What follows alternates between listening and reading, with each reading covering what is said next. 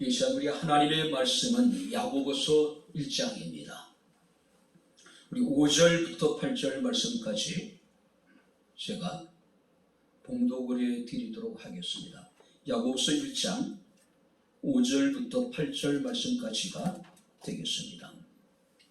너희 중에 누구든지 지혜가 부족하거든 모든 사람에게 후히 주시고 꾸짖지 아니하시는 하나님께 구하라. 그리하면 주시리라. 오직 믿음으로 구하고 조금도 의심하지 말라. 의심하는 자는 마치 바람에 밀려 요동하는 바다 물결 같으니 이런 사람은 무엇이든지 주께 얻기를 생각하지 말라. 두 마음을 품어 모든 일에 정함이 없는 자로다. 아멘. 기도하겠습니다. 자비롭고 은혜로우신 아버지 하나님, 하나님의 은혜와 사랑을 진심으로 감사를 드립니다. 코로나와 무더위, 또 아침에 내리는 아버지 하나님 시간 비로 인하여서 우리가 불편한 상황 속에서도 주님 앞에 온전히 예배할 수 있는 은혜를 베풀어 주심을 감사를 드립니다. 이 시간 예배 가운데 주의 말씀이 종을 통해서 선포될진데 말씀이 우리에게 은혜가 되게 하시고 말씀이 우리에게 위로가 되게 하시고 말씀을 통해서 지친 우리의 영혼이 쉼을 얻게 하시고 말씀 가운데 주님을 향한 우리의 처음의 사랑이 다시 회복되게 하옵소서. 우리의 마음의 문을 열어주시고 길을 열어주옵소서. 깨달을 수 있는 지혜로운 마음을 주옵소서. 예수님 이름으로 기도하옵나이다. 아멘.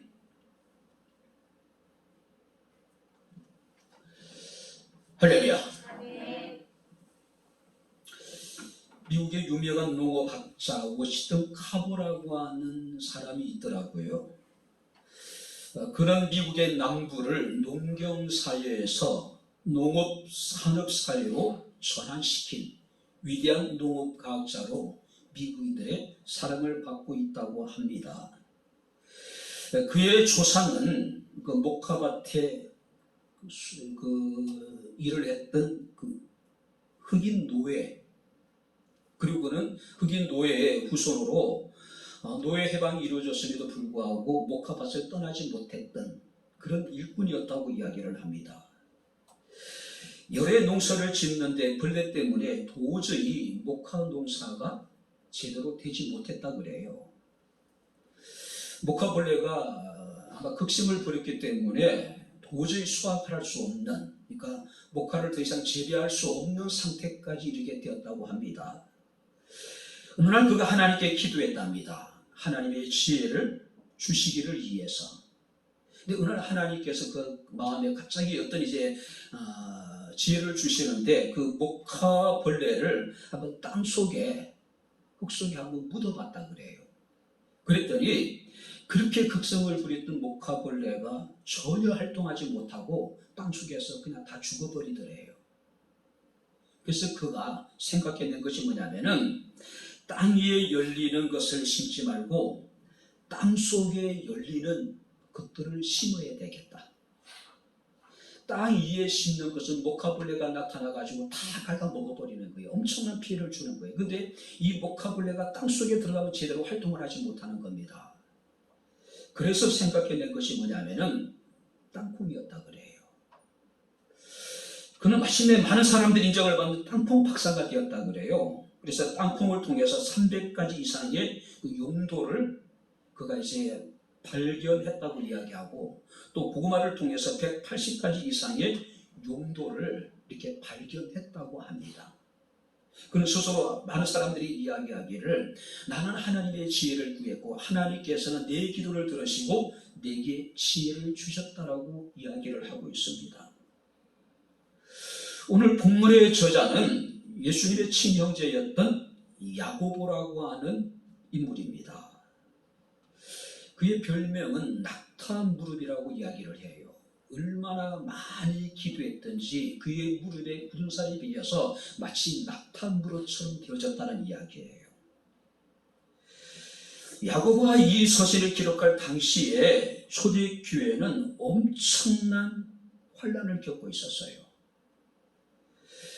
로마의 네로 황제의 본격적인 박해가 시작이 되어졌고 자신의 동족이었던 유대인의 핍박, 그리고 믿음에는 구원을 받는다라고 하는 이 기독교 교리를 잘못 이해해서 많은 사람들은 신앙생활이 피상적으로 형식적인 신앙생활로 치닫고 있는 상황.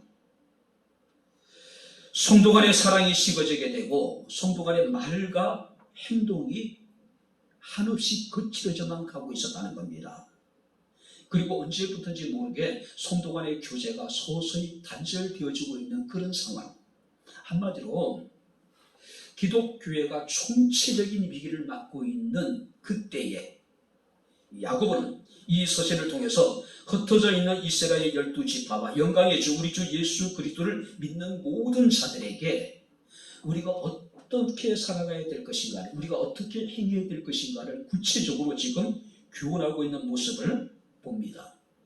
특별히 우리가 2절 4절 말씀을 보면은 내 형제들아 너희가 여러 가지 시험을 당하거든 온전히 기쁘게 여기라. 이는 너희 믿음의 시련이 인내를 만들어내는 줄 너희가 알미라. 인내를 온전히 이루라.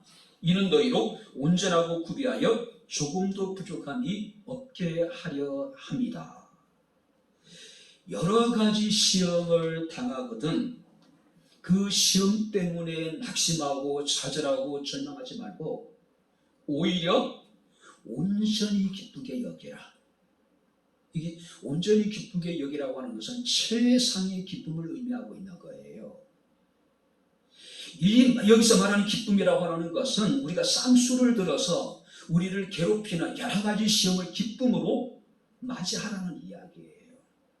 쉽게 얘기하면 피할 수 없는 시험이라면 너희가 기쁨으로 맞이하고 그 시험을 즐기란 이야기예요.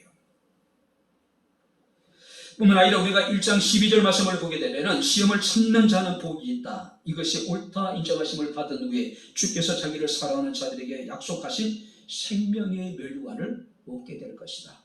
피할 수 없는 시험을 피할 수 없다면 그것을 즐겨라. 그것을 기쁨으로 맞이해라. 그러나 너희가 끝까지 인내를 이루라. 너희 인내가 하나님 앞에 인정을 받게 되면 하나님께서 너희에게 약속하신 생명의 멸류관을 너희가 받게 될 것이라고 지금 이야기하고 있는 거예요. 초대교회 성도들이 받았던 시험은요 여러 가지입니다. 자, 여러 가지라고 하는 것은 잡단, 여러 종류, 다양한 시험. 쉽게 얘기하면은 엎친 데 덮친 격이에요. 설상가상이에요. 우리가 이 문제만 해결되면 그래도 숨을 쉴 수 있을 것 같고 이 문제만 해결되면 그래도 살 것 같은데 그 문제가 해결되는가 싶더니 또 다른 문제가 끊임없이 우리의 삶의 꼬리에 꼬리를 물고 이어질 때가 얼마나 많은지 몰라요. 여러 가지 시험이라고 하는 것은 바로 외부로부터 야기되는 모든 시험, 모든 시련, 환난, 핍박을 의미하고 있는 거예요. 근데 야고보는 이러기를 너희가 이런 시험을 당할 때에 그 시험을 온전히 기쁘게 여기라. 우리가 극한 상황 속에서 우리가 기뻐할 수 있을까? 극한 상황 속에서 우리가 그것을 즐길 수 있을까? 현실적으로 그것이 가능할까? 우리는 생각하기를 불가능하다고 생각해요. 근데 야고보는 그것이 가능하다는 이야기예요. 그래서 우리가 5절 말씀을 보게 되면은 너희 중에 누구든지 지혜가 부족하거든 모든 사람에게 후히 주시고 꾸짖지 아니하시는 하나님께 구하라. 그리하면 주시리라. 극한 환난과 핍박과 많은 시험 속에서 우리가 그 시험을 온전히 기쁘게 여기고 그 시험을 즐길 수 있는 유일한 방법은 뭐냐면은 하나님이 주시는 지혜를 우리가 소유하게 될 때에 우리는 좌절이나 절망이 아니라 바로 기쁨으로 그 시험을 즐길 수 있다는 이야기예요. 너희 중에 지혜가 부족하거든 모든 사람에게 후히 주시고 꾸짖지 아니하시는 하나님께 구하라. 뭘 구하란 이야기예요? 하나님의 지혜를 구하란 이야기예요. 지혜는 일반적으로 두 가지의 의미를 가지고 있습니다. 헬라어로 소피아라고 하는 단어를 사용합니다. 소피아가 지혜예요. 자, 여기서 말하는 지혜라고 하는 것은 하나님으로부터 나오는 지혜, 위로부터 주어지는 지혜입니다. 하나님의 관점에서 모든 사물을 보고 하나님의 관점에서 사건을 분별하고 하나님의 주시는 지혜로 문제를 해결할 수 있는 통찰력. 바로 야곱은 우리에게 위로부터 주어지는 지혜, 하나님으로부터 주어지는 지혜를 구하라고 이야기하고 있는 겁니다. 또 다른 지혜가 있는데요, 그노시스라고 하는 단어를 사용합니다. 인간에게 주어진 인간 스스로의 삶의 지혜, 일반적인 지혜예요. 그죠? 인간에게 주어진 상황에서 무엇을 어떻게 할 것인가를 아는 인간의 지식, 바로 이것이 그노시스라고 하는 단어를 사용하는 지혜라고 하는 겁니다. 그런데 세상의 지혜는 불완전합니다. 세상의 지혜는 우리를 번뇌케 만들고 악행을 저지르게 만들고 혼란과 탐욕으로 거짓된 인생을 살게 만들어요. 반면에 하나님이 우리에게 주시는 지혜라고 하는 것은, 하나님의 지혜는 부유하고 헤아릴 수 없다. 우리를 의로 인도하실 뿐만 아니라 우리에게 풍성한 삶으로 인도하시는 것이 바로 하나님이 주시는 지혜라고 하는 거예요. 솔로몬이 하나님께 구했던 지혜가 바로 이 지혜고, 야고보가 고난을 겪고 있는, 핍박을 당하고 있는 성도들에게 구하라고 하는 지혜가 바로 이 지혜라고 하는 겁니다. 오늘 우리는 세상을 살아가면서 내가 지혜가 결핍되어져 있고 내가 지혜가 부족하다는 사실을 우리가 인정해야 돼요. 근데 많은 사람들은 그것을 인정하지 않는 겁니다. 자신이 하나님보다 더 지혜롭다고 생각하는 거예요. 현명하다고 생각하는 거예요. 하나님의 지혜 없이도 나는 얼마든지 세상을 내 입으로 살아갈 수 있다고 사람들은 착각할 때가 얼마나 많은지 몰라요. 사람은 누구나 예외 없이 지혜의 결핍자요, 지혜가 부족한 사람들입니다. 그래서 야고보는 참 어려운 상황 속에서 너희에게 지금 필요한 것은 지혜라고 이야기하고 있는 거예요. 자, 그렇다면 오늘 말씀을 통해서 이 지혜를 우리가 얻기 위해서는 우리가 구체적으로 어떻게 해야 될 것인가, 우리가 말씀을 살피면서 우리가 함께 은혜를 나누도록 하겠습니다. 자, 먼저 한번 5절 우리 다시 한번 같이 읽겠습니다. 너희 중에 지혜가 부족하거든 모든 사람에게 후히 주시고 꾸짖지 아니하시는 하나님께 구하라. 그리하면 주시리라. 가장 중요한 건 뭘까요? 자신이 지혜가 부족하다는 것을 인식하는 것, 그리고 하나님께 그것을 인정하는 것. 사람이 가지고 있는 지혜는 항상 불완전하죠. 그 지혜는 온전한 지혜일 수가 없습니다.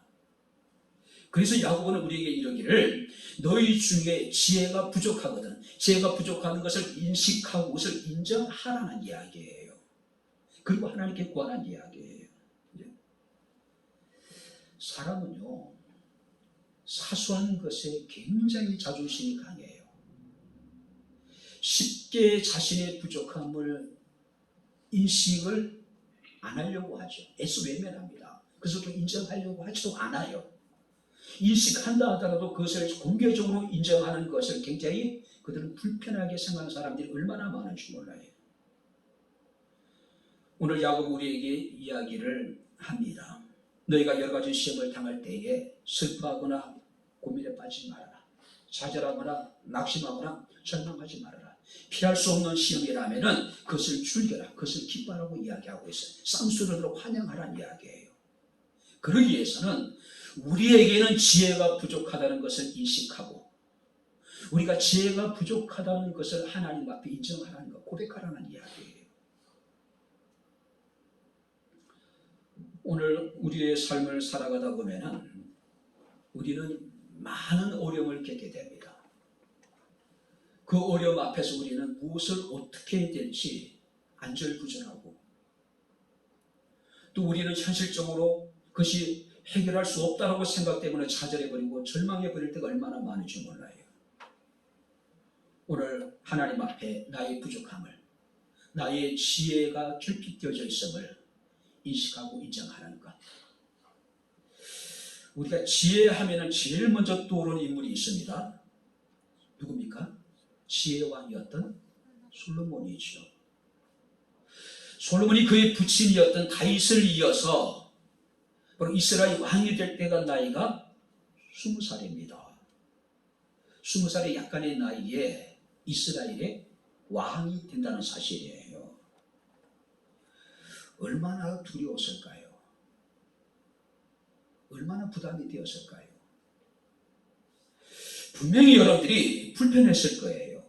과연 내가 아버지를 이어서 이스라엘의 왕이 돼서 과연 이 나라를, 이 백성들을 내가 잘 통치할 수 있을까? 정말로 백성들을 잘 내가 다스릴 수 있을까? 솔로몬이 왕이 된 다음에 제일 먼저 한 일이 뭡니까? 하나님 앞에 나가 일천 번제를 드립니다. 이 무거운 책임을 자신이 도저히 감당할 수 없었기 때문에 그 문제를 가지고 하나님 앞에 나간 거예요. 하나님이 꿈에 솔로몬에게 나타나서 말씀하십니다. 내가 내게 무엇을 줄고 너는 내게 구하라고 말씀을 하고 있어요. 그때 솔로몬이 구한 것이 뭡니까? 지혜예요. 나의 하나님 여호와여 주께서 종으로 종의 아버지 다윗을 대신하여 왕이 되게 하셨사오나 종은 작은 아이라 출입할 줄을 알지 못하고 주께서 택하신 백성 가운데 있나이다. 그들은 큰 백성이라 수요가 많아서 셀 수도 없고 기록할 수도 없사오니 누가 주의 이 많은 백성을 재판할 수 있겠습니까? 그러면서 그가 이렇게 기도합니다. 듣는 마음을 종에게 주사 주의 백성을 재판하여 선악을 분별하게 하소서. 다윗이 하나님께 구한 것은 뭡니까? 나는 작은 아이라 출입을 할 줄 알지 못합니다. 그래서 작은 아이라는 것은 어린아이라는 의미도 있겠지만은 여기서 작은 아이, 나는 출입을 하지 못한다는 이야기는 고대 사회 왕의 가장 큰 임무는 뭡니까? 나라를 지키는 거예요. 백성을 보호하는 일이에요. 여기서 나는 작은 아이라 출입을 하지 못한다는 이야기는 무슨 말이냐면 나는 전쟁을 수행할 만한 능력이 없습니다. 내 백성은 지금 수야가 많아서 셀 수도 없고 기록할 수도 없는데 내가 어떻게 이들을 지키고 내가 어떻게 이들을 보호하겠습니까? 또 수많은 송사가 있을 텐데 누가 주의 이 많은 백성들을 재판할 수 있겠습니까? 한마디로 지혜가 없다는 이야기예요. 그래서 그가 구한 것은 듣는 마음. 개혁 성경에는요, 지혜로운 마음이라고 여기서 번역해 놓았습니다. 나는 아이입니다. 출입할 줄 알지 못합니다. 나는 부족합니다. 나는 이 많은 백성들을, 주의 백성들을 나는 보호할 수도 없습니다. 다스릴 수도 없습니다. 그래서 듣는 마음. 무엇을 듣는다는 거예요? 하나님의 말씀을 들을 수 있는 마음. 백성들의 작은 소리에도 귀를 기울일 수 있는 마음을 그가 하나님께 구한 거예요. 오늘 이것이 솔로몬이 지혜의 문으로 들어가는 시작이 된 거예요. 오늘 살아갈 성도 여러분들, 우리가 자신의 부족함을 인식하고 그것을 인정하는 것. 바로 우리 성경 말씀을 보니까 하나님의 긍휼, 하나님의 은혜, 하나님의 구원이라고 하는 것은 자신이 긍휼을 받을 자임을 인정하는 것, 자신이 하나님의 절대적 은혜가 필요하다는 것을 인정하는 사람, 내가 구원을 받아야 될 죄인임을 인정하는 사람들만이 긍휼을 입을 수 있고 은혜를 받을 수 있고 구원을 받을 수 있다는 이야기예요. 이것을 인식하지 못하고 인정하지 못한 자는 무엇도 하나님께 얻을 수 없다는 사실이에요. 두 번째 말씀을 보시기 바랍니다. 5절 말씀을 다시 한번 읽겠습니다. 너희 중에 누구든지 지혜가 부족하거든 모든 사람에게 후히 주시고 꾸짖지 아니하시는 하나님께 구하라. 그리하면 주시리라. 두 번째 뭡니까? 자신의 부족함을 인식하고 하나님 앞에 그것을 인정하는 것.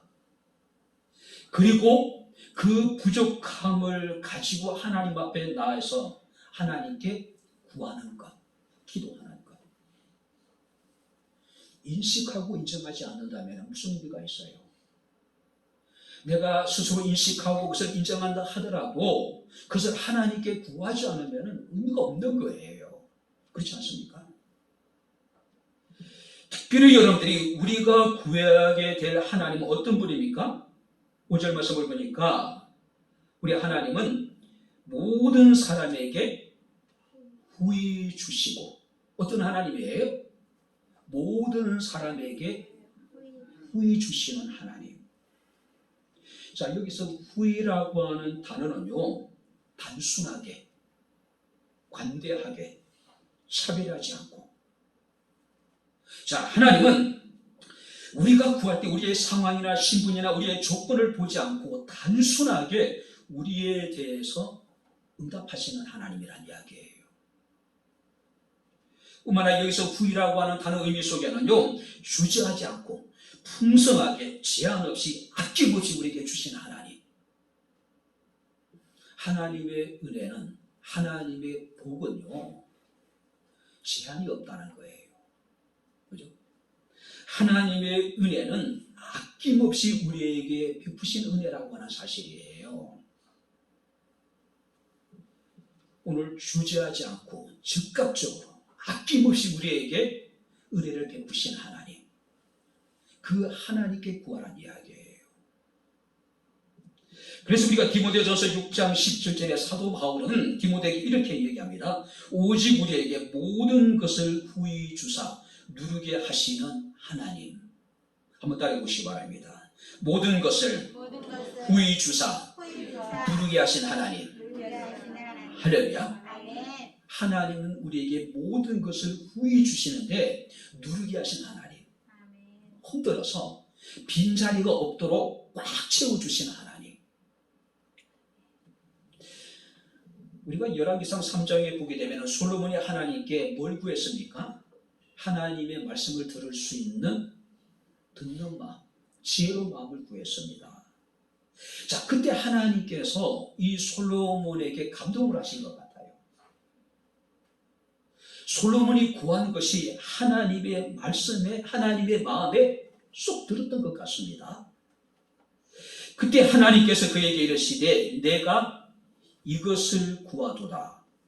자기를 위하여 장수나 복도 구하지 아니하며 원수들의 생명을 멸하기도 구하지 아니하고 오직 송사를 돕고 분별하는 지혜를 구하였으니 내가 내 말대로 내게 지혜롭고 총명한 마음을 주겠다. 그리고 난 다음에 또 약속하십니다. 내가 또 내게 내가 구하지 아니한 부귀와 영광도 내게 주머니. 솔로몬이 구한 하나님의 말씀을 들을 수 있는 지혜로운 마음을 그에게 주실 뿐만 아니라 그가 구하지 않았던 부귀도, 그가 구하지 않았던 영광도 함께 그에게 더해 주시겠다는 이야기예요. 우리 하나님은 모든 것들을 우리에게 후히 주시는 하나님이심을 믿으시기에 주 이름으로 축원합니다. 그래서 사도 바울은 에베소 교회 성도들에게 에베소서 3장 20절에 우리가 구하는 것이나 생각하는 모든 것에 더 넘치도록 하시는 하나님. 할렐루야. 우리는 당장 이것이 필요해요. 지금 우리에게 필요한 건 이것이 전부예요. 근데 하나님은 우리가 구하는 것이나 우리가 생각하는 것에 지나도록, 넘치도록 우리에게 후히 베푸시는 하나님. 오늘 야고보는 이야기합니다. 우리에게 후히 주시는 하나님께 하나님의 지혜를 구하라.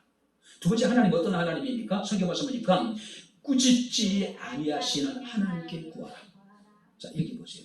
꾸짖지 않는다는 이야기는 귀찮게 생각하지 않으신다. 귀찮게 생각하지 않으신다. 우리가 빈번하게 번거롭게 하나님 앞에 나아가서 기도하더라도 하나님은 우리를 나무라거나 책망하지 아니하시고 우리에 대해서 관대하게 우리의 기도에 대해서 응답하시는 하나님. 이사야 58장 9절 말씀을 보니까 내가 부를 때에 나 여호와가 응답하겠고 내가 부르짖을 때 한번 따라해 보시기 바랍니다. 내가 여기 있다 하리라. 할렐루야. 하나님은 우리가 부르짖을 때에 우리를 귀찮게 생각하지 않으신대요.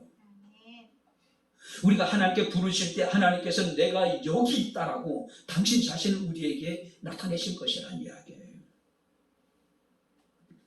구하는 자를 꾸짖지 아니하시고 구하는 자들을 멸시하지 아니하시고 구하는 자들에게 거절하지 아니하시고 구하는 자들을 귀찮게 생각하지 아니하시고 우리가 구하는 것을 우리가 생각하는 것에 지나도록 우리에게 늘 풍성하신 하나님, 바로 지금 야고보는 너희가 지혜가 부족한 것을 인식하고 그래서 하나님 앞에 인정하고 구해 주시고 꾸짖지 않으시는 하나님께 지금 구하라고 이야기하고 있는 거예요. 그래야만 주실 것이라고 지금 이야기하고 있는 거예요.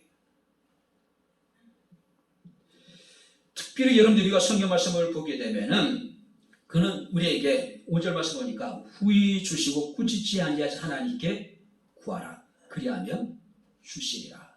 뭘 구하라고요? 하나님의 지혜. 위로도고 주어지는 하나님의 은혜를 구하라는 이야기예요. 참 힘든 시대를 우리가 살아가고 있습니다. 우리는 단 한 번도 경험해 보지 못했던 그런 시간들을 지금 보내고 있습니다. 많은 사람들은 이 코로나를 통해서 코로나 이전과 코로나 이후로 인류 역사가 나뉘어지게 될 것이라고 이야기를 합니다. 코로나가 끼친 영향이라고 하는 것은 그야말로 상상할 수 없을 정도로 어마어마합니다. 무엇을 어떻게 해야 될지 전혀 알 수 없는 상황이에요. 이런 상황에서 야고보 우리에게 이야기합니다. 우리에게 후히 주시고 꾸짖지 아니하신 하나님께 하나님의 지혜를 구하라. 하나님 우리에게 뭘 말씀하시고 하나님이 우리에게 어떻게 행하기를 원하시는지 하나님께 묻으라는 이야기예요. 우리의 생각, 우리의 방법, 우리의 지식, 우리의 상식들을 다 내려놓고 오직 하나님의 위로부터 주시는 지혜, 그것을 지금 구하라는 이야기예요. 우리가 하나님의 지혜를 구한다고 하는 것은 여러 가지 시험 속에서 하나님이 그 시험을 통해서 뜻하시는 것이 무엇인지, 그 여러 가지 많은 환난 속에서 환난 이면에 그 환난을 주관하시는 하나님이 우리에게 원하시는 것이 무엇인지, 그 환난을 통해 하나님께서 우리에게 무엇을 말씀하시는지를 깨닫는 거예요. 역대상 2장에 보게 되면 유다왕 여호사밧 시대에 국가적인 위기를 만나게 됩니다. 모압과 암몬과 마온 사람들이 동맹을 맺고 유다를 쳐들어옵니다. 자, 이때 여호사밧이 한 일은 뭐냐면 자기 백성들에게 금식을 선포해요. 여호사밧이 두려워하여 여호와께 낯을 향하여 간구하고 온 유다 백성에게 금식하라고 공포하며 유다 모든 사람들이 여호와께 도우심을 구하리 하여 유다 모든 성읍에서 모여와서 여호와께 간구하였더라. 두 번째 그 간일은 뭐냐면은 자기 자신도 하나님께 나가 기도합니다. 역대상 20장 12절 말씀 보니까 우리를 치러 올라오는 이 큰 무리를 우리가 대적할 능력이 없습니다. 어떻게 해야 할 줄도 알지 못합니다. 오직 주님만을 바라봅니다. 어떻게 해야 될 줄도 알지 못하다. 참 막막한 상황이에요. 하나님이 지혜를 주셔서 우리가 어떻게 행할지를 알게 달라는 이야기예요. 그때 하나님께서 선지자 야시엘이라는 사람을 통해서 응답하십니다. 네 사람 야시아라는 사람을 통해 응답하셔요. 너희는 이 큰 무리로 말미암아 두려워하거나 놀라지 말아라. 이 전쟁은 너희에게 속한 것이 아니요 하나님께 속한 것이다.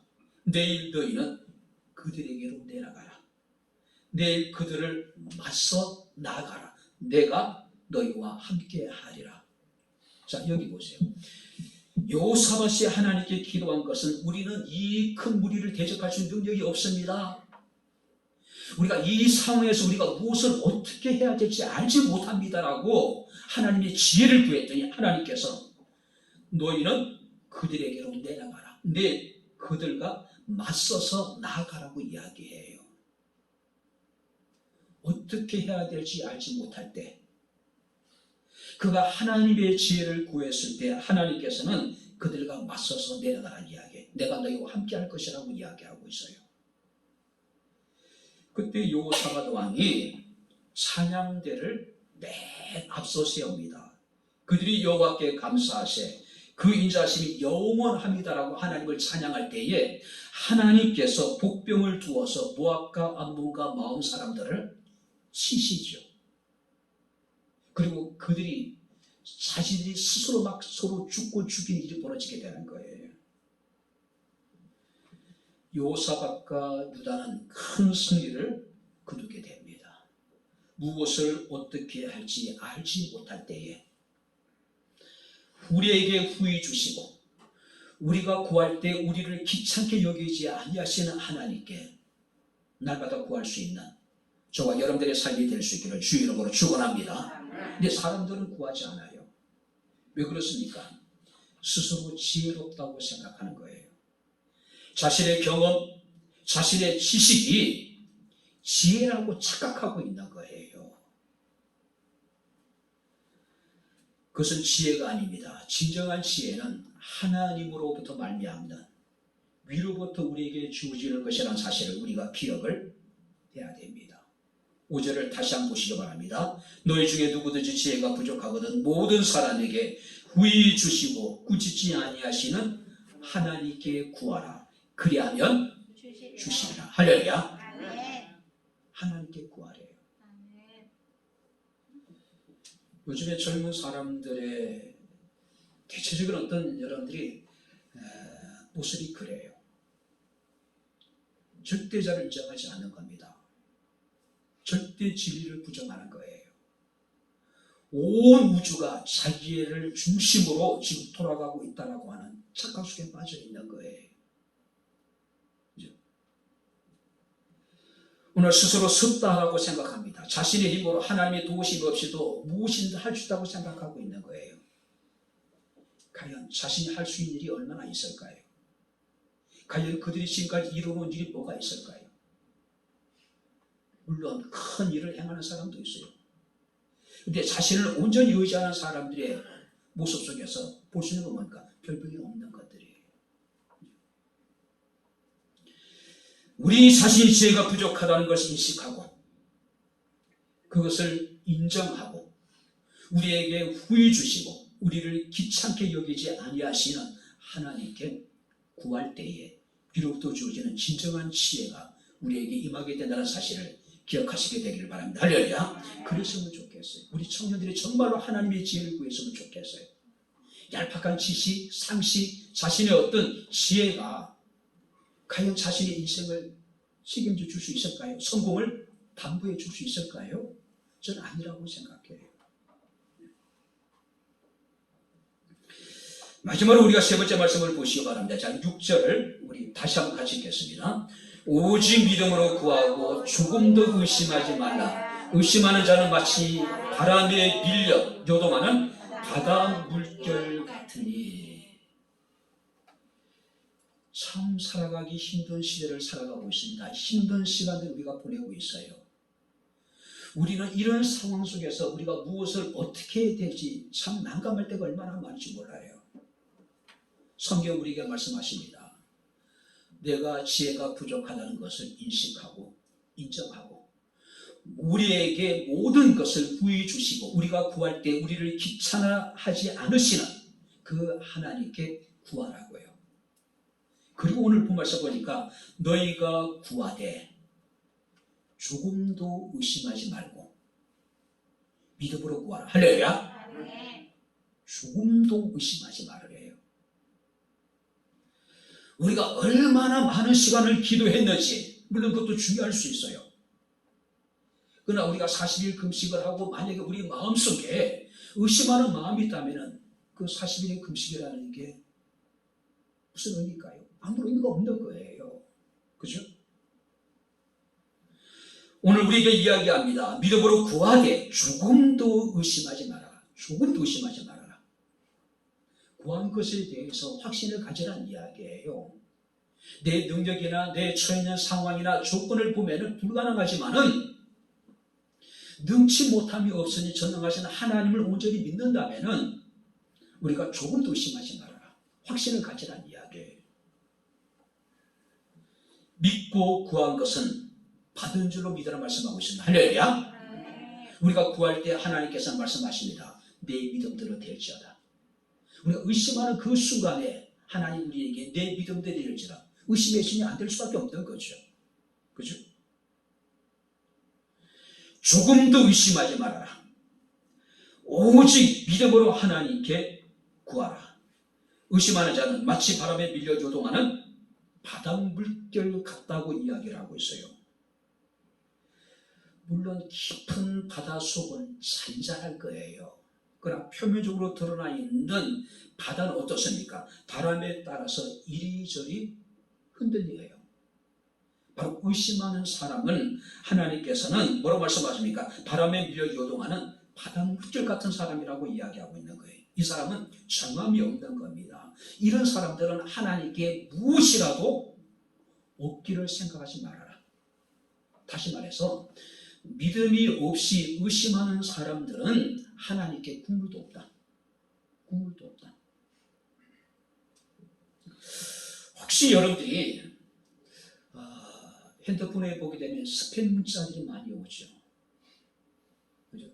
스팸 메일들이 참 많이 오죠. 우리가 참치 통조림 우리가 스팸이라고 얘기하잖아요. 그죠?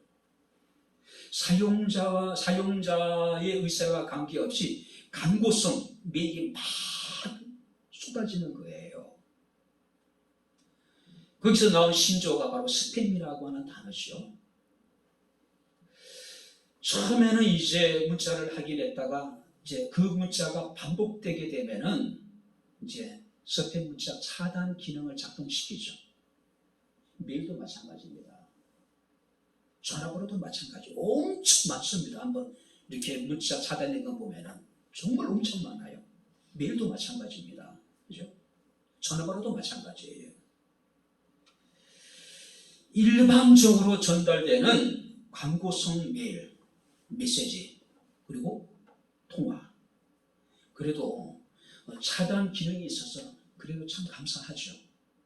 근데 보세요. 우리 기도에 대해서, 아니 어쩌면 많은 사람들의 대부분의 기도가 하나님께 온전히 전달되지 못하고 스팸 차단될 수 있다고 하는 사실을 우리가 기억을 해야 돼요. 아무리 상대방이 하루에 수십 통의 스팸 문자를 보내도 차단시켜버리면 저에게 오지 않잖아요. 읽을 수 없잖아요. 그죠? 우리가 수많은 시간들을 하나님 앞에 기도해도 하나님이 어떤 사람들의 기도에 대해 어떤 기도에 대해서는 하나님께서는 스팸 메일처럼 하나님이 처리해버리는 그런 기도도 있다는 이야기예요. 바로 어떤 기도입니까? 믿음으로 구하지 않고 기도하되 의심하는 사람들의 기도는, 그런 기도는 하나님께 다 스팸 처리해버리는 거예요. 그래서 하나님 뭐라고 말씀하십니까? 이런 사람들은 아무것도 주께 얻기를 생각하지 말아라. 무엇이든 주께 얻기를 생각하지 말아라. 왜? 하나님 다 차단시켜버렸다는 이야기예요. 하나님께서 오늘도 우리에게 말씀하고 있습니다. 오직 믿음으로 구하고 조금도 의심하지 말아라. 의심하는 자는 마치 바람에 밀 요동하는 바닷물결 같으니 이런 사람은 무엇이든지 주께 얻기를 생각하지 말아라. 한번 여기 보세요. 혹시 여러분들의 기도가 하나님 앞에 스팸 처리되진 않을까요? 열심히 기도하는데 우리가 믿음으로 구하지 않는 기도, 우리가 기도 열심히 했는데 돌아서서 의심하는 기도, 이런 기도 하나님 전부 다 스팸 처리해버리겠대요. 원체적으로 그런 기도 하나님께 상달되지 못하도록 하나님이 처리해 놔버렸다는 이야기예요.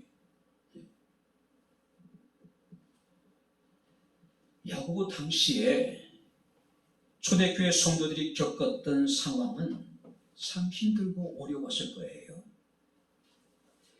언제 이 고난이 끝날지 알 수 없는 그런 끝없는 고난이 지금 계속 되어지고 있어요. 그 고난이 너무 극심하기 때문에 하나님이 우리의 고난을 돌아보지 않으신 것 같고 마치 하나님이 우리를 버리신 것 같은 그런 절망적인 상황. 그런데 야고보는 그들에게 이릅니다. 우리에게 모든 것을 구해주시고 우리를 꾸짖지 아니하신 하나님께 구하라. 너희는 구하되 온전히 믿음으로 구하고 조금도 의심하지 말아라. 너희가 믿음으로 구하지 않고 너희가 의심하는 그 순간에 너희는 바로 바람에 흔들리는 바닷물결 같을 것이고 마음이 정함이 없는 사람이기 때문에 하나님께 아무것도 얻지 못할 것이다. 그죠? 이런 사람은 무엇이든 주께 얻기를 생각하지 말아라. 어떤 사람입니까? 믿음으로 구하지 않고 기도하되 의심하는 사람은 아무것도 얻지 생각하지 말라는 이야기, 아무것도 얻을 생각하지 말라는 이야기예요.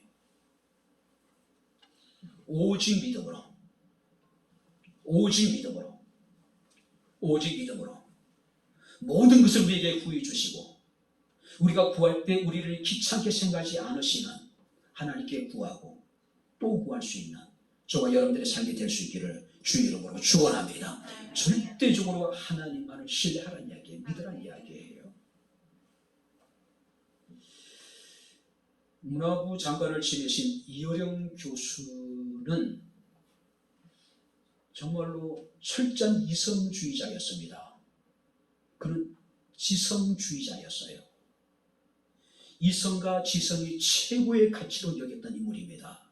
그런데 그가 기독교로 개종을 해요. 그는 영성의 사람으로 그는 변화됩니다. 그래서 그가 지은 책이 지성에서 영성으로. 자, 그런데 그 책에 보면 이런 이야기가 있어요.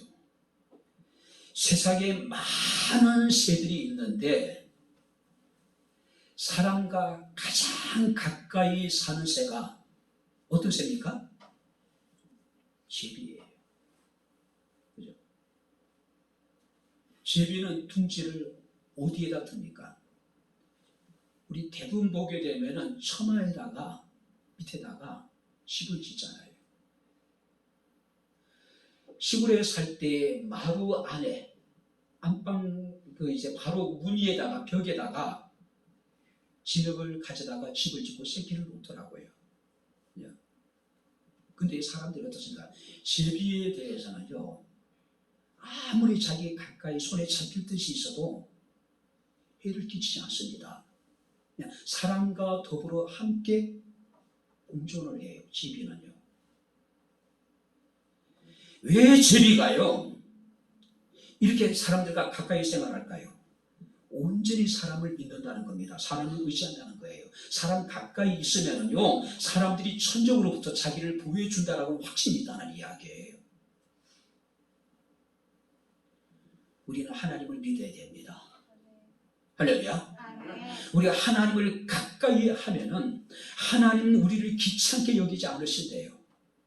하나님을 가까이 하면 하나님께서 모든 좋은 아름다운 것들을 우리에게 후히 주신다는 이야기예요.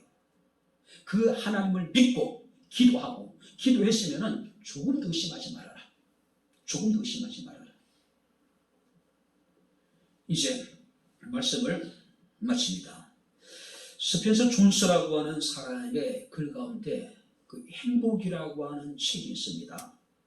그 행복에 나오는 글귀가 있습니다. 사람들은 나를 성공했다고 하지만 나는 혼자 있을 때면 내가 싫어졌다. 사람들은 내가 성공했다고 나에게 찬사를 보내는데 혼자 있을 때는 자기 자신이 너무 싫었다. 그래서 그는 계속 이런 이야기합니다. 현대인들은 많은 것을 배웠다. 그래서 많은 것을 알고 있다. 우주를 알고 세계 역사를 알고 지구를 알고 자연을 안다. 그런데 약점은 무능합니다.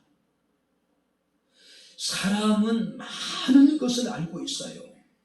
세상의 모든 것들을 다 아는 것 같아요. 세상의 모든 이치를 다 통달한 것 같아요. 그런데 인간의 약점은 무능함이라고 이야기를 합니다. 많은 것을 알지만 판단력이 부족하고 행동으로 옮길 용기도 부족하고 더 심각한 것은 자기 자신을 모른다는 것이다. 자, 여기 보세요. 초등학교 6년, 중학교 3년, 고등학교 3년, 대학 4년, 16년을 우리는 공부를 하죠. 그래서 많은 것을 알고, 우주도 알고, 세계 역사도 알고, 지구도 알고, 자연도 알고. 근데 문제는 인간의 가장 큰 약점은 무력함이다. 무엇에 대한 무력함입니까? 많은 것을 알지만 판단력이 부족하고 행동으로 옮길 용기가 부족하고 더 심각한 것은 자기 자신을 모른다는 거예요. 그래서 소크라테스도 그랬던 것 같아요. 내 자신을 알라고. 세상의 이치를 통달하는 것도 중요하지만은 가장 중요한 것은 자기 자신을 안다는 것. 오늘 말씀을 통해서 우리는 자기 자신을 알아야 됩니다. 지혜가 부족한 존재라는 것을 알아야 돼요. 그래서 인식을 해야 돼요. 그리고 하나님 앞에 그것을 인정을 하는 겁니다.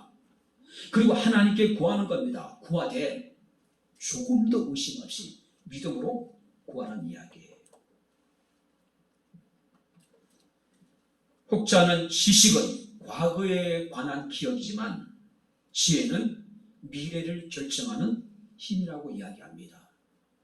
또 어떤 사람은 지식은 분석이지만 지혜는 종합, 즉 그것을 실천할 수 있는 능력이라고 이야기를 합니다. 많은 지식을 가지고 있지만은 그것을 실천할 수 있는 능력, 지혜가 결핍되어지는 시대를 우리가 지금 살아가고 있는 거예요. 오랜 신앙생활을 통해서 우리는 많은 성경의 말씀을 알고 있어요. 성경에 대한 지식은 가지고 있습니다. 그러나 그 말씀을 실천할 수 있는 능력, 지혜가 결핍되어져 있는 것이 오늘을 살아가고 있는 우리의 모습입니다. 바랍니다. 어렵고 힘든 시대를 우리는 함께 살아가고 있습니다. 어려운 시대, 올바르게 무엇인가를 분석하고 판단하고 선택할 수 있는 지혜가 우리에게 필요합니다. 그리고 그것을 실천할 수 있는 용기가 우리에게 필요합니다.